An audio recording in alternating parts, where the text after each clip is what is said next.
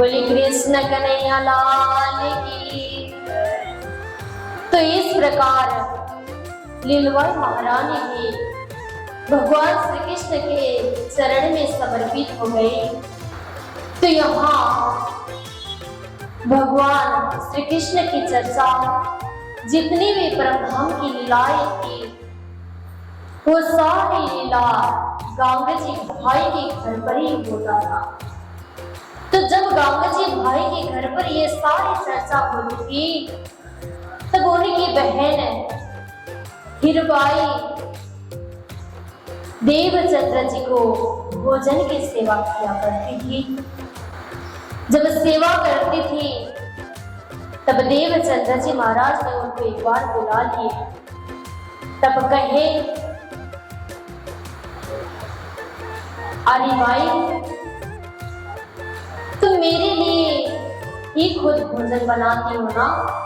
तो उन्होंने कही, जी गुरुदेव। तो देवचंद्र जी महाराज ने कहा, आज से तुम मेरे लिए सिर्फ भोजन नहीं बनाना, तुम खुद भगवान श्री कृष्ण के लिए भी भोजन बना लेना। तो उन्होंने आश्चर्य होकर कहती है, गुरुदेव हमारे हाथों से बनाई हुई भोजन साक्षात भगवान श्री कृष्ण आकर ग्रहण करेंगे? तो देवचंद्र जी महाराज ने कहा, जी अगर तुम दिल भाव से, प्रेम से, श्रद्धा से, भक्ति से परमात्मा को भोजन बनाओगी तो जरूर परमात्मा आपकी भोजन आलोकेंगे। अगर तुम पहले भोजन बना के देखो। तब वो आश्चर्य होकर जब देवचंद्र जी महाराज भोजन के लिए आग्रह किए तब उन्होंने निष्ठा से, श्रद्धा से, तन मन और वचन की भावना से ही पवित्र बनकर उन्होंने भोजन बनाने लगी। तब भगवान श्री कृष्ण को एक आसन लगाने के लिए देवचंद्र जी महाराज ने कहा। तब देवचंद्र जी महाराज को दूसरा आसन लगाई गई। तब देवचंद्र जी महाराज ने सिखाए कि भाई तुम एक बार हाथ जोड़कर भगवान श्री कृष्ण की प्रार्थना करके उन्हें बुला लो कि परमात्मा मेरे हाथों से बनाए हुए भोजन आप खुद ग्रहण कर लीजिए, जिनमें मेरी पूरी निष्ठा से आपके लिए बनाई हुई भोजन जरूर आप ग्रहण करने के लिए आ जाएंगे। मैं आपको आह्वान करती हूँ। इस प्रकार देवचंद्र जी महाराज ने उस बाई को क्या किए, सिखाए। तब उसने उसी प्रकार भगवान श्री कृष्ण को बुला लिया। तब भगवान श्री कृष्ण आसन पर बैठ गए। बोले कृष्ण कन्हैया लाल की। तब हीरबाई बहुत प्रसन्न हो गई कि अरे साक्षात भगवान श्री कृष्ण प्रकट हो गए, मेरे हाथों से बनाई हुई भोजन आज भगवान श्री कृष्ण साक्षात ग्रहण कर रहे हैं। मुझे गर्व है आज देवचंद्र जी महाराज की वजह मुझे भगवान श्री कृष्ण को भोजन आरेगाने की मौका मिली। तो उनके मन में लगा कि रोज इस प्रकार भगवान श्री कृष्ण आ जाएंगे, मेरे हाथों से बनाई हुई भोजन भगवान श्री कृष्ण खुद ग्रहण करने वाले हैं। तो मैं क्यों न उनके लिए प्रकार प्रकार के व्यंजन न बनाऊं। तब उनके दिल में ऐसी भाव जागने लगे तो उन्होंने सब भाव से, श्रद्धा से, पूरा निष्ठा से भोजन बनाते। तब एक बार उनके मन में लगता है, तो कभी कभी भगवान श्री कृष्ण क्या बोलते थे पता है? 2-3 दिन के बाद में बोलने लगे कि हीरबाई आज नमक ज्यादा हो गया। तो भूल गई क्या तुम्हें आज नमक नहीं डाली, ये भोजन में नमक ही नहीं है, तो आज मिर्ची ज्यादा हुआ होगा। तो इस प्रकार भगवान श्री कृष्ण अब उनको कहने लगे, तो और वो प्रसन्न हो गई। तब एक बार क्या हुआ, जब देवचंद्र जी महाराज आसन पर विराजमान होकर परमात्मा की वाणी वचन सुंदरता को श्रवण करवा रहे थे, प्रेम श्रद्धा भक्ति से बहुत रस आ रहा था कथा में, बहुत चिंतन हो रही थी, संपूर्ण सुंदर साथ को भी बहुत प्रसन्नता मिल रही था। तो देवचंद्र जी महाराज जितनी कथा की रस में डूबे उतने ही आनंद में आने लगा, तो कथा को छोड़ने के लिए मन ही नहीं लगा। तो हीरबाई ने खबर पहुंचाई कि भोजन तैयारी हो गया। तो उनको मन ही मनने लगा कि आज क्यों इतना देरी कर रहे हैं, मैंने बनाई हुई भोजन भगवान श्री कृष्ण को भोग करानी है, तो देवचंद्र जी महाराज को भी ग्रहण करा लिए। तो उनके मन में लगा, अरे देवचंद्र जी महाराज को मैं देरी भोजन कराने भी कुछ नहीं होगा, मेरे बस में हो गए भगवान श्री कृष्ण, अब मैं उन्हें ही भोग कराऊं। तो उनके मन में ऐसा लगा, तब जाकर रसोई में अपने भगवान श्री कृष्ण को बुलाने लगी। तो भगवान श्री कृष्ण कहाँ आएंगे, हीरबाई ने बहुत बार बुला ली, पर भगवान श्री कृष्ण आए ही नहीं। तो उनके मन में थोड़ा दुखा हुआ कि आज मैंने बुलाई थी भगवान श्री कृष्ण को, पर बुलाने से भगवान श्री कृष्ण नहीं आए। पर फिर देरी समय के बाद में देवचंद्र जी महाराज कथा को विश्राम देते हैं, तब खड़े होकर रसोई में जाते, तब वहां देवचंद्र जी महाराज बैठ गए। तब उसी समय हीरबाई ने भगवान श्री कृष्ण को बुला लिया। तब भगवान श्री कृष्ण आकर आसन पर विराजमान हो गए। तब हीरबाई ने कही, अरे भगवान श्री कृष्ण, मैंने तो आपको बुलाई कि आपको उस टाइम प्रकट ही नहीं हुई। तब भगवान श्री कृष्ण ने कहा कि मैं तो कथा में था, तो मुझे कथा में बहुत रस आनंद प्राप्त हो रहा था, तो इसलिए मैं इधर नहीं आया। तब उनको लगा हीरबाई के मन में कि भगवान श्री कृष्ण और देवचंद्र जी महाराज अंतर नहीं है, मुझे कहने से बुलावे अकल में भगवान श्री कृष्ण नहीं आएंगे। जब मैं गुरु की महिमा गाऊं, जब मैं गुरु भक्ति में समर्पित रहूं, तभी मेरी बाल मुकुंद जी भगवान श्री कृष्ण भी साक्षात दर्शन देंगे। इस प्रकार उनके मन में भाव जागृत हो गया। बलि कृष्ण कन्हैया लाल की, सद्गुरु महाराज की, धाम के धनी की। इस प्रकार उनके दिल में जो कृष्ण मेरे बस में है, एक अहम था, तो वहां अहम को छुड़ाने के लिए भगवान श्री कृष्ण ने ऐसी लीला की। तो जिन लीला में श्रद्धा नहीं था कि गुरु को बाद में करो, वो भी ठीक नहीं था। इसलिए गुरु जब आसन पर आके बैठे, तभी भगवान श्री कृष्ण ने भी विधान किए थे। गंगा जी भाई के बेटा थे श्याम जी और खान जी। जब ये छोटे से बच्चे थे, तब उनके मन में रोने लगते थे चिल्ला चिल्ला के। तब भगवान श्री कृष्ण उन्हें क्या देते थे, खेलने की वस्तु देते थे, सुंदर सुंदर से खेलने की चीज देते थे, तो वो मान जाते थे। ऐसी ऐसी घटनाएं होती थी। तब हीरबाई भोजन बना रही थी, तब वो बर्तन क्या हुआ था, छेद हुआ था उसमें। तब भगवान श्री कृष्ण ने खुद उन्हें सोना के बर्तन लाके प्रदान किए थे।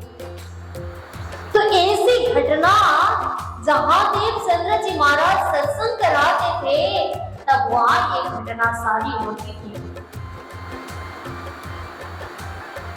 ऐसी घटना के साथ में हमारे प्रणामी संप्रदाय जुड़े हैं।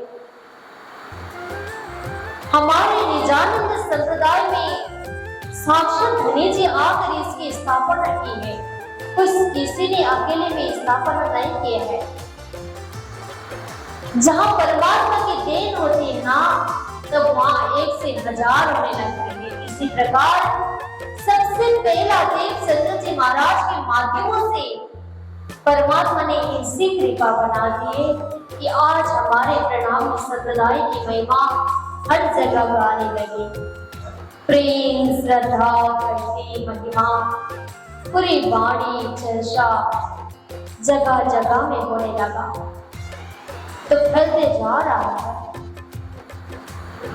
कल भी था, आज भी है, तो बाद में भी रहेगा।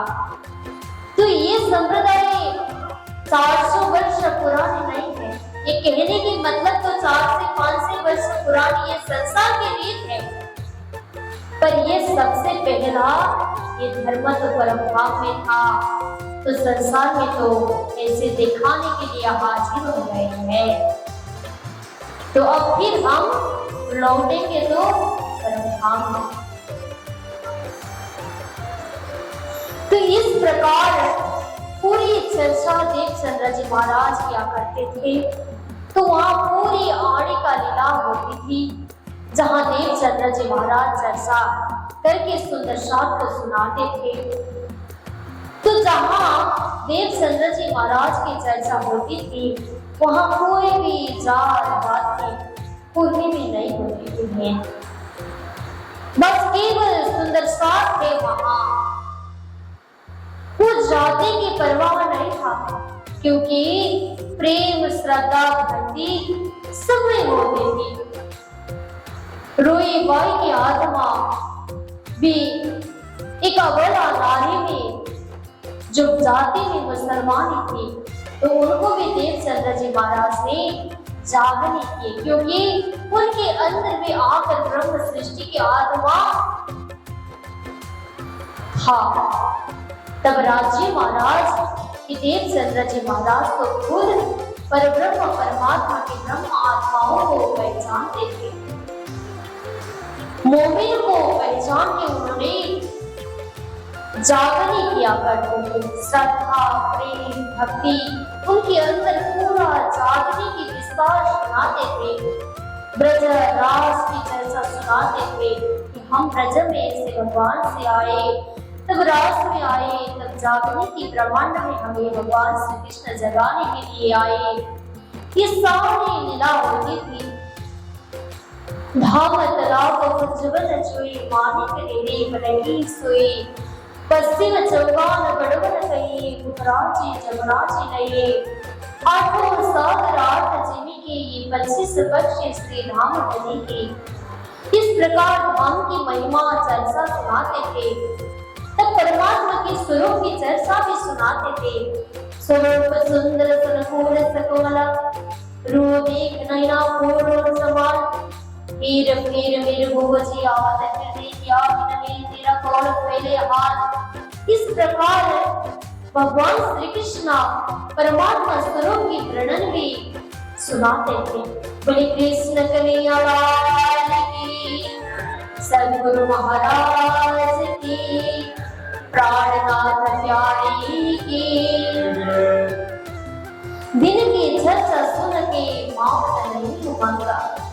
सुंदर साथ को दिन में जब चर्चा श्रवण करते थे, तो उनके मन में लगता था कि हम बहुत भाग्यशाली हैं। किसी महान आत्मा के अंदर से ऐसी वाणी की हमें कथा श्रवण हो रही है, तो इतनी आनंद और कहाँ मिल सकता। तो उनके चर्चा में कोई भी परेशानी भी नहीं होती थी। जब तक वो चर्चा में सुनने बैठते थे तब तक उन्हें बहुत प्रसन्नता मिलती थी, बहुत आनंद मिलती थी। उस कथा से उन्हें अंदर बहुत शीतलता मिलती थी।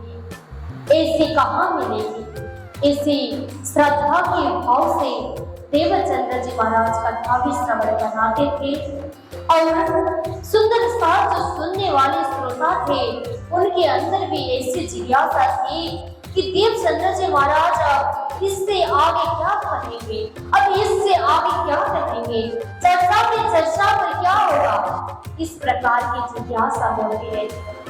तो प्रेम में रहकर श्रद्धा की भावना से चर्चा होती थी। तो वहां पुरुष और स्त्री सब आके चर्चा सुनने लगे। तब एक दिन की घटना ऐसी हुई कि चुगलखोर तो पड़ोसी बलौटी हो गए। तब कोतवाल के पास में जाकर चुगली कर दी। तब दोनों चौकीदार आकर देखने लगे कि क्या है बात। तब रात को ऐसी घड़ी में कोई पुरुष और स्त्री एक ही जगह बैठ रहे, गलत कर रहे, ऐसी बात फैल गई। तब इस प्रकार वहां चुगलखोर लगा दिए। तो इस प्रकार वहां लीला होने लगी। लीला के साथ साथ संसारी लीला हो रही थी। लीला तो और ही था, अखंड था, प्रेममय था, सद्भाव की था, जो कोई किसी ने आज तक नहीं बोले हुए शब्दों को बाड़ी प्रकट हो रही थी। परमात्मा की आवाज गूंज रहा था, पर देखने में किसी ने गलत सी नजर से देखे है। तो हम मंगलदास गुरु जी की सूक्ति में सुनाई देते हैं ना हमें कि कभी कभार हम चश्मा पहनते हैं तो काला सा चश्मा पहनने से संसार की आकृति कैसी दिखाई देती है, काला ही तो दिखाई देता ना आवरण। तब सफेद सी चश्मा आप लगा के देखियो तो बाहर कि उससे साफ ही साफ होता है। तो सही हो गलत छुटाने के लिए भी सही चीज को पहनना चाहिए। तो नजर जैसी हो वैसे ढंग से दिखाई देता है। तो सही चीज को सही ढंग से सदुपयोग करोगे तो अच्छा ही रहेगा। तो वहां पड़ोसी की नजर पर क्या लगा, काला सा चश्मा लगा ली। तब उन्होंने कोतवाल के पास में जाके शिकायत करी कि वहां तो गलत होता है रात में। तो गलत तो कुछ भी नहीं होता था कि वहां परमात्मा की भक्ति की चर्चा होती थी और कुछ भी नहीं। जब देवचंद्र जी महाराज आसन पर विराजमान होकर चर्चा श्रवण कराते थे तो रात को उन्हें आड़ी का लीला दिखाई देता था। तो दिन में क्या करते थे, चर्चा श्रवण कराते थे। तो दो चौकीदार आ गए ना, क्या होता है रात में देखने के लिए चले, तब देखने के लिए चले जाते तो कोई एक इधर से एक रास्ता पर घुस जाता है तो और दूसरा एक दूसरे रास्ता पर घुस जाता है।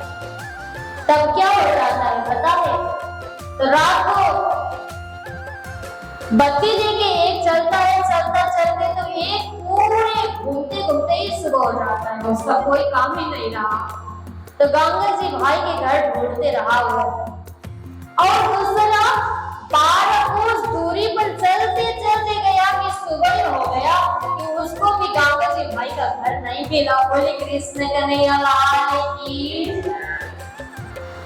तो कोतवाल के पास में आके कहा, अरे हमें तो गंगा जी भाई के घर भी नहीं मिली, तो कुछ ऐसी चीज नहीं है, ये जो चीज ने शिकायत की ये गलत है। तब कोतवाल के पास में गंगा जी भाई को खुद संदेश आया कि यहाँ तुम उपस्थित रहियो। तब गंगा जी भाई जाके पूरी विस्तार तक कहा। तब वो भी आश्चर्यचकित पड़ा, कोतवाल भी आश्चर्य में पड़ा कि अरे ये तो घटना अलग सी है, और किसी ने शिकायत किया था उसको मारने के लिए बोल दिए।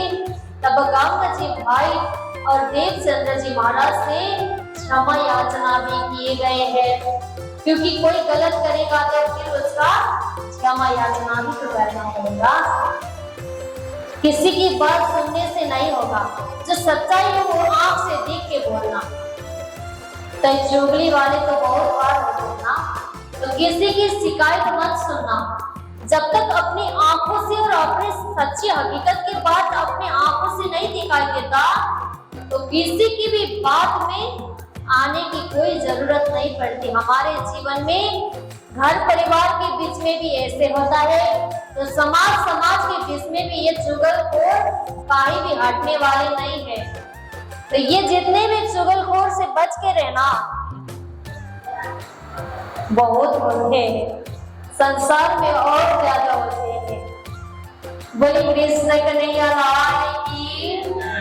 तो ये सारी घटना देवचंद्र जी महाराज को पता चलने के बाद देवचंद्र जी महाराज अब यहाँ गंगा जी भाई के घर छोड़ने के लिए तैयार हो गए, क्योंकि ऐसी बुरी बात फैल गई तो वहां जगह पर बैठने के लिए आप नहीं हो रहा है। तो मैं आप यहाँ से थोड़ा दूर रहकर ही मैं जागने की विशेषता सुंदर साथ को जगाऊं। तब उन्होंने सुंदर से बगीचे में देवचंद्र जी महाराज ने क्या किए, अपने प्रणामी संप्रदाय के झंडा फहराए। झंडा गाड़ी प्रेम का 24 पीऊ पीऊ हुई, ना जाने इस झुंड में कहो न स्वागत बोले। इस झुंड में आकर कौन स्वागत होगा? ये झंडा तो जब तक फैले रहेगा। तो आज हमारे पटना में भी ये झंडा लहरा रहा है कि पूरे भारत में, पूरे नेपाल में, पूरे विश्व में आज प्रणामी संप्रदाय के झंडा लहरा रहा है। बोले कृष्ण कन्हैया लाल की। इस झंडे को हाथ में लेकर सतगुरु महाराज जाए। ये झंडा को हाथ में लेकर सबसे पहला देवचंद्र जी महाराज आए थे। तब उसके बाद में महामंगलपुरी धाम तक ये झंडा लहराया। तब फिर पन्ना में आकर ये झंडा की फिर लहराई हुई। तब उसके बाद में सारे विश्व में आज प्रणामी संप्रदाय की झंडा लहरा रही है। हर घर में, जन जन में जागृत हो रहा है। तो ये झंडा कोई साधारण झंडा नहीं है। ये झंडा से हमारी आत्मा की मुक्ति प्राप्ति होगी। इस झंडा से हम साक्षात परब्रह्म परमात्मा ने दिए हुए तारतम को जप करने की सौभाग्य मिली है। हमें गर्व है हमें हमारे धर्म पर। ऐसे धर्म तो आज तक किसी ने नहीं रहा। चाहे जितनी भी कुरान आए, चाहे जितनी भी शास्त्र आए, चाहे जितनी भी कुरान आए, चाहे जो कुछ भी शास्त्र आए संसार में, पर ऐसी धर्म में हमें होकर गर्व है। बोले कृष्ण कन्हैया लाल की।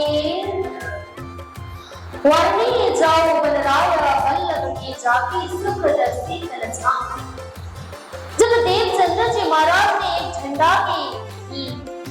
झंडा की स्थापना की, तब उन्हें बहुत शीतलता की अनुभूति भी वहां करवाई सुंदर शाह। तब उस जगह पर दर्दुर की 2 वृक्षें खड़ा किए। तो आज भी हम जामनगर में जाके वो दर्शन कर सकते हैं। हिजड़ा की वृक्ष वहां लगे हुए हैं, जो देवचंद्र जी महाराज ने अपने हाथों से लगाई हुई पेड़ है। तब इस प्रकार देवचंद्र जी महाराज ने 1687 में कार्तिक शुक्ल चतुर्दशी मास में धनी श्री देवचंद्र जी महाराज नौतनपुरी धाम की स्थापना करते हैं। बोले नौतनपुरी धाम की, सदगुरु महाराज की, धाम के धनी की। तो ऐसी श्रद्धा प्रेम भक्ति से हमारे निजानंद संप्रदाय की स्थापना हुई है सुंदर शाह जी, जो आज पहले बीज उदय हुआ पूरी जहां नौतना सब पुरियों में उत्तमा हुई धन्य धन्य धन्य।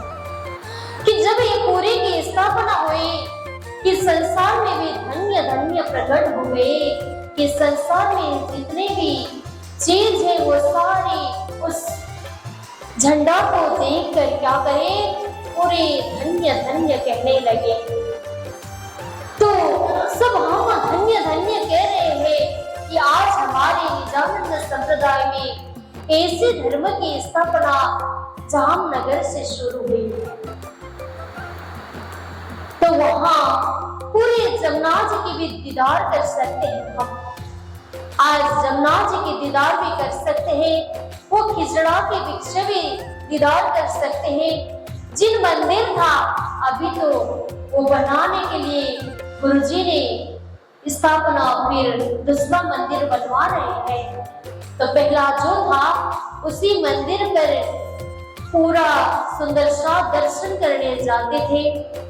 तो वही मंदिर तो बनेगा ही, फिर अब उनकी कृपा की देन है, फिर बनने वाले हैं, बन रहा है वहां। तो महाराज जी इसी कोशिश में लगे हुए हैं कि सुंदर सा फिर एक झंडा जहां से स्थापना हुई है तो उसको और आगे बढ़ाने के लिए अच्छा बनाना चाहिए। संसार की भौतिक चीज तो कचाना होता है, तो इसलिए और ज्यादा मेहनत भी कर रहे हैं। तो हमें गर्व है हमारे संप्रदाय आज हमारी संप्रदाय को जहां भी झंडा फहरा रहा है। बोले कृष्ण कन्हैया लाल की, राम की धनी की। तो इसी प्रकार देवचंद्र जी महाराज अब जहां अपना झंडा फहराए थे तो वहीं बैठकर आज चर्चा भी श्रवण सुंदर साथ को करा रहे हैं। तब हम थोड़ी सी घटना को एक समझ ले कि यहाँ जो जाम राजा था उनके दीवान थे केशव ठाकुर जी।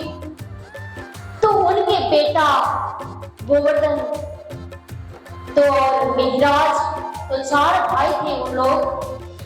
तो चार भाई में गोवर्धन और केवल मिहिराज ही देवचंद्र जी महाराज को चरण में पकड़ने के लिए आए थे। मंत्री के बेटा थे, उन्हें संसार की सारी चीज की दौलत, सारी चीज प्राप्त होने की वजह में सबसे पहला मन में आध्यात्मिक चीज जागृत हो जाता है। तो केशव ठाकुर और उनके श्रीमती भगवान श्री कृष्ण के भक्त थे।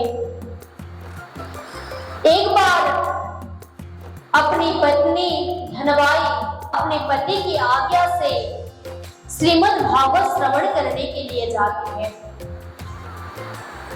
जब श्रीमद् भागवत श्रवण करने चली गई तब उस दिन वहां प्रसंग भगवान श्री कृष्ण का चल रहा था। तब वो गर्भवती थी कि मिहिराज उनकी गर्भ पर थे। तो उन्होंने मन में सोचने लगी, मेरे जिन बच्चों आगे मेरे गोद में थे उनको तो मैंने भगवान श्री कृष्ण की तरह तो सेवा नहीं की, अब मैं इनको मक्खन मिश्री ये सारी लीलाओं की जैसे ही सेवा में ये मेरे बच्चे का करो, तो मैं मेरे बच्चे को भगवान श्री कृष्ण की तरह पालन पोषण भी करूंगा। तो इस प्रकार उन्होंने सोचने लगे, उनके मन में आया। तब घर आती है तो केशव ठाकुर से कहती है, पतिदेव अपन दोनों मिल के भगवान श्री कृष्ण से अर्जी लगाए कि हमारे ये आने वाले बेटा जो आने वाले संतान है इनको भगवान श्री कृष्ण की तरह हम इनको पालन पोषण कर सके।